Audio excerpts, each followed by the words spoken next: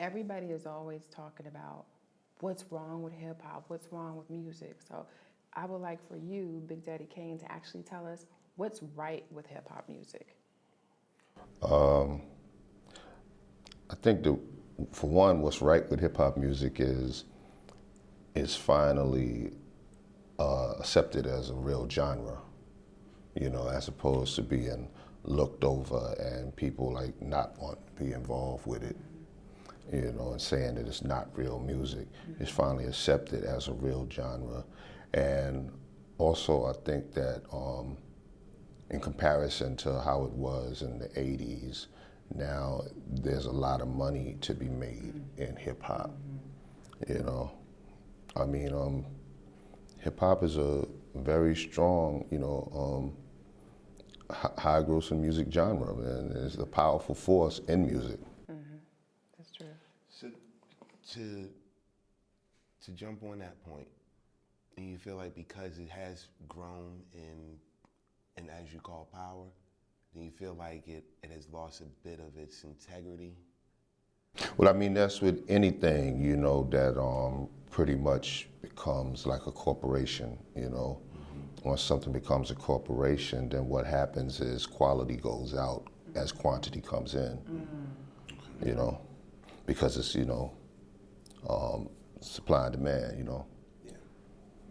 Well, speaking of quality, so we know the quality of hip hop has definitely changed, as you stated, but hip hop itself began in 1973 with Cedric and Cedar in the Bronx.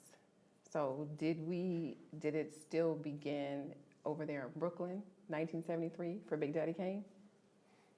Well, 1973, I was 5. So I don't, you know, I've, you know, yeah. No, honestly, I didn't really get to hear like hip hop like that until like maybe like 75 or something like that, you know, from the park jams.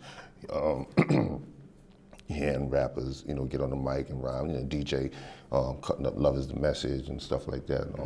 I forget what like songs like that, you know. But you know, for me, I didn't really get a dose of it until 75. I have a question I've always wanted to ask you. You made a cameo appearance in Self-Destruction. Why were you not featured on the song? I was lied to. Not by D.R.E.S or anybody. I was lied to by my label. I guess apparently whatever day they were doing the song, people from my label told, because I had a show that particular day, and I asked, can I come and do my vocals later? And they told me, oh nah, it's like a one-day shoot. They having everybody do the vocals that day, so if you don't do it that day, you're not gonna be on it. Oh, wow. You know, so that's what I was led to believe. And then I find out later that I think Chuck D did his vocals on another day, and I think someone else, you know, but I didn't know. You're one of the early adapters from rap to acting. You are a SAG card member. What was that opportunity like for you initially, like to transition from rap to acting? It was cool, you know. It was like, I feel like it was an easy transition. It was just really understanding what was going on and what they want.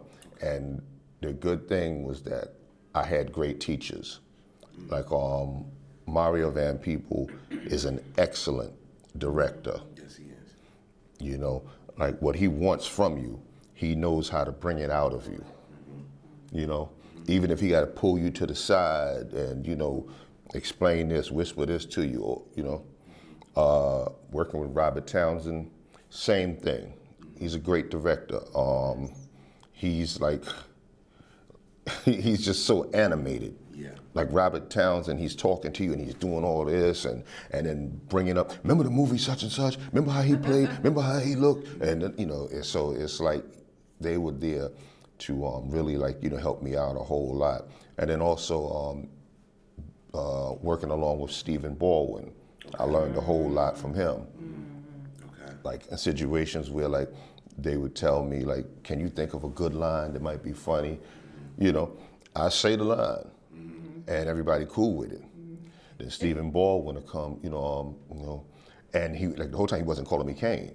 He was calling me Time because my character name was Father Time. So he'd just come up to me, after they finished that shot and be like, Time, keep in mind that's a period piece.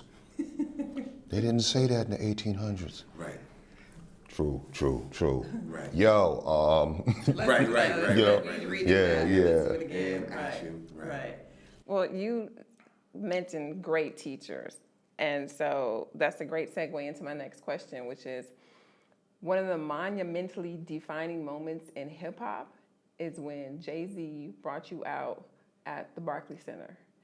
And he let the whole world know, this is my teacher. So, like, how did you feel in that moment that Jay-Z is bringing out Big Daddy Kane? I'm gonna be honest with you. I think the first thought really that was going through my mind was like, oh wow, I'm playing the Barclays before the Nets. That was really the first thing that went to my mind. But I thought it was great because we used to have a lot of fun on the road when he came out with me. So for me to be the one that he's bringing out on stage, it's like the reverse. So I thought this is beautiful. How important is your stage show when it comes to the creation of your art? Very important. It's like I can stand on stage and just do the song from top to bottom. Right. But I just feel like if I do that, then all you're doing is watching the album. You know what I'm saying? You need something extra. You need to see something dynamic, where it's like, now you're not just listening, you're focused, you're paying attention, and you feel like you got something extra. I remember going to rap shows to see Houdini, Run DMC, and seeing their energy on stage, Dougie Fresh and Slick Rick when they had the show out, seeing the dynamics and the chemistry between the two of them. And it's like, there's hip hop shows that got the same energy as a lot of the funk and soul shows, So becoming an artist, I wanted that same energy, Throughout the breadth of your career, has there been an artist that you wish you would have worked with that you did not have the opportunity to work with? Marvin Gaye. Okay. Yeah. Why is that? That's like my favorite singer in the world. And I just feel like he was extremely talented. I just get that funny feeling that the two of us in the same room trying to create something would have been epic, because he say something magnificent that trigger my mind, I'm gonna start feeding on it.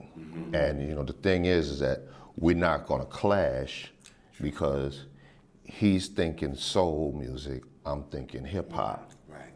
So it's really about, two different vibes that can mesh, I read somewhere, Marvin Gaye, I read somewhere that you actually used to dress up in your father's clothes and get in the mirror and think you were Marvin Gaye, right? Yeah, my pop's 6'4", so the sleeves way down here.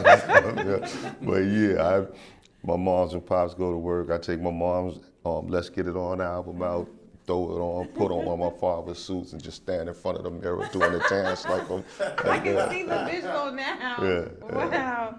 Is there a possibility of a Big Daddy Kane biopic, much like there was the Roxanne Shante one? Very seriously doubt it.